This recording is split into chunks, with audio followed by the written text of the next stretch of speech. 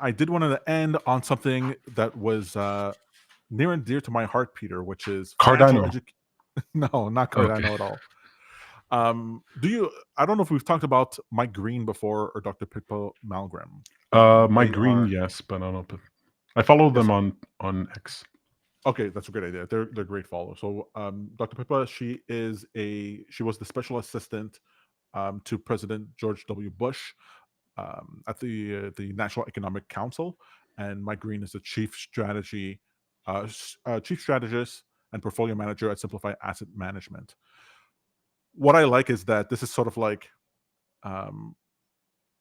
Mike Green is like Wall Street, and Dr. Pippa is like State Street meeting.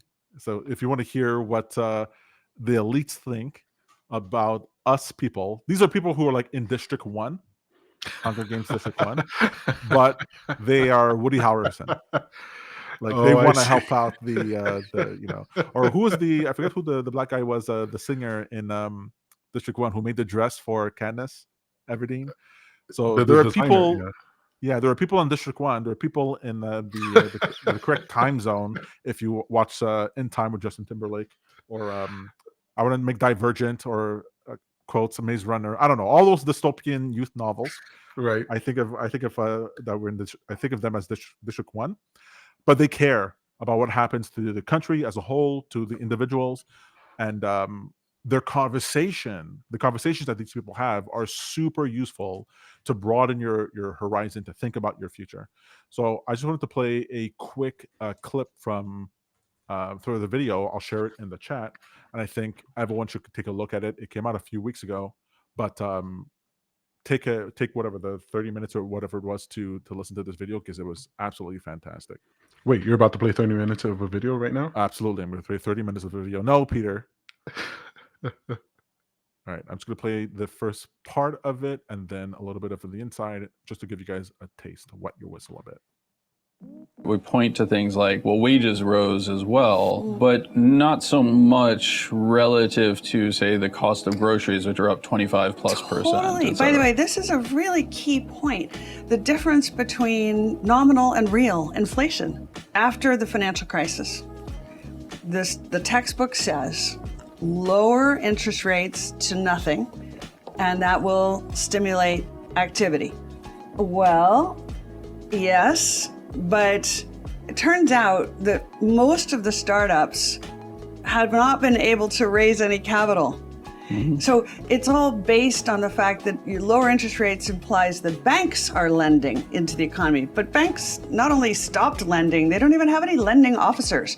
They don't fulfill that function in the economy anymore. You know, I really do think that human beings are our most undervalued asset. And people are capable of extraordinary things. And they're so empowered now with AI and, again, everything on a supercomputer that's in your hand. And they're figuring out how to generate cash flow. And I see this.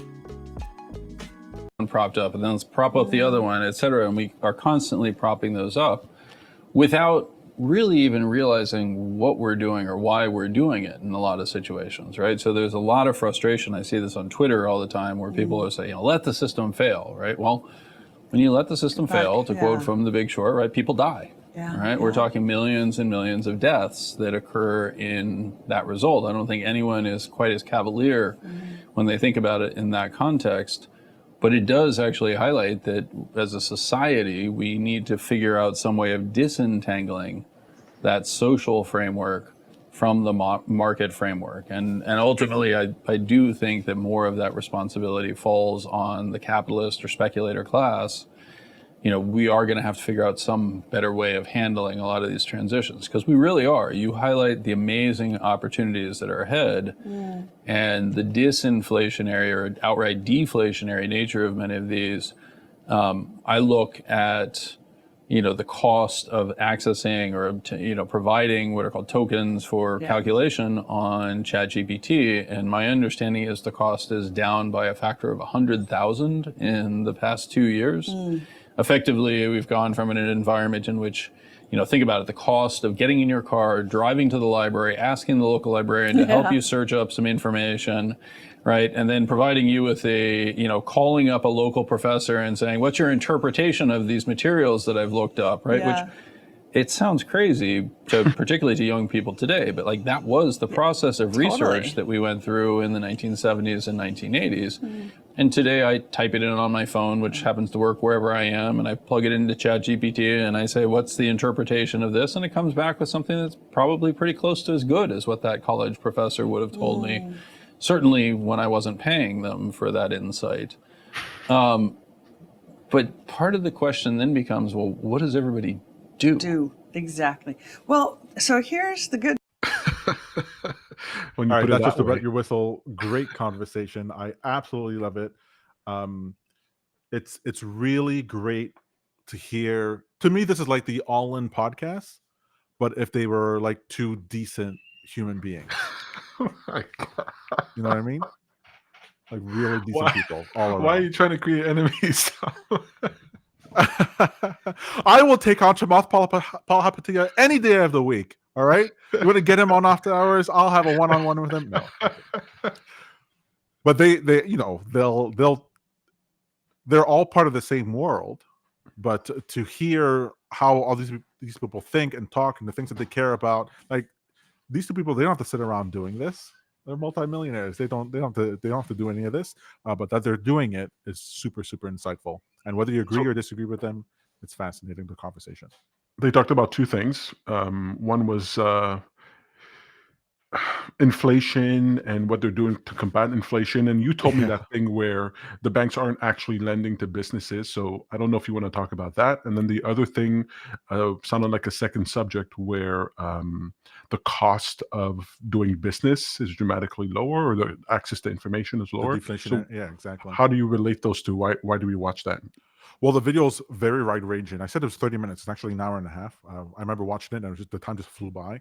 But the idea is that they touch on the mandate of the Fed, monetary fiscal policy. They touch on global macro events, wars, populist uprisings, fourth turning type conversations. They talk about deflationary effects, like you're just bringing up, that the cost of things are going down, the types of trades, the types of advice you would give to your children. Really wide ranging. So it's just a recommendation of something to watch that would be edifying.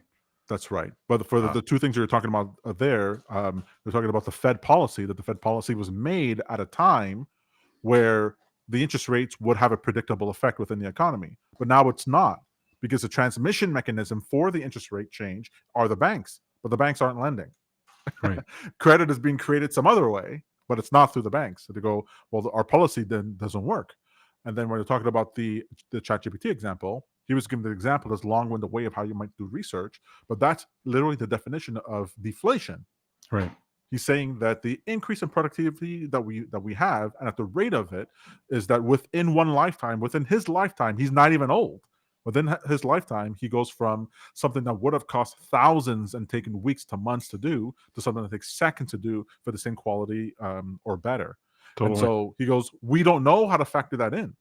We just don't know how to factor that in. And how the conversation goes from there is pretty fascinating. I want you to watch this with the eye that Mike Green, what he's great at is asking questions. And what PIPPA MALMGREN is great at is giving you answers that elites are thinking about. Really, really fascinating. So take a look at that. We'll post that link in the comments down below. So go ahead and check that if you're watching this after the fact.